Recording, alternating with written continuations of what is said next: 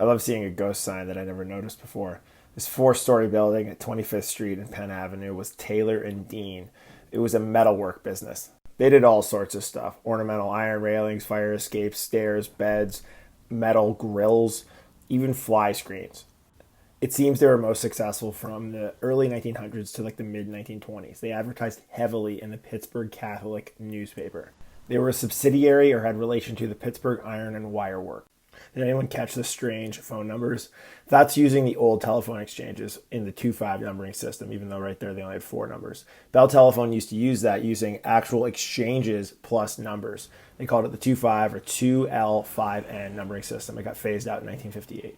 Hilewood, Pennsylvania. It's about an hour and a half from Pittsburgh. The Taylor and Dean Company did a fire escape there at the hotel. There was a fire at the hotel, and the fire escape lasted, so evidently it was made well. It's cool seeing the old signage there. In 1923, the building's there, as you can see. And then in 1910, it's there, kind of little different naming. And then in 1903, it's also there. Before that, the building was owned by different people, but you can see the Denny estate, the Denny name on thing. Just behind it on Spring Way is the Pittsburgh Screw and Bolt Company, or was. You can see these old maps in a second. It used to be the Westinghouse Machine Company in the late 1800s. Evidently, they took over that warehouse site. They have a good view down to the Gulf Tower. The building itself is still there, of course. I really like this brickwork up at the top. Fire escape there was probably built by Taylor and Dean themselves.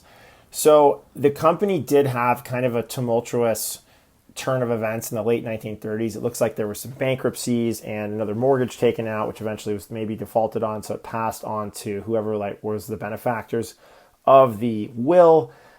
Kind of sucks, obviously, because if they had made it to World War II, they probably would have had some booming business opportunities. But the building did take on a new life with the Model Box Company, which you can see their ghost sign written over Taylor and Dean. So Chaim and Chai Dvora Sidlovitz came from Suwałk, Poland, and they had 7 kids. One of them was Abraham, and he had 5 kids. One of them was Nathan. So Nathan, then Sidlow, he shortened the name, started the Model Box Company. He operated it in this building from like the 1930s until he passed away in 1967.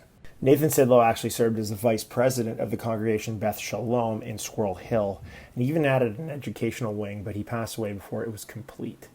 But back to the Taylor and Dean family. So Alfred Dean, who was the son of Anthony Dean, operated the corner pub in Mount Lebanon at 4 Bower Hill Road. It closed briefly in 2022, and it reopened later, and now it's still alive and well. He passed away in 2008 after running that for quite some time, so there is some connection to the South Hills from the Taylor and Dean family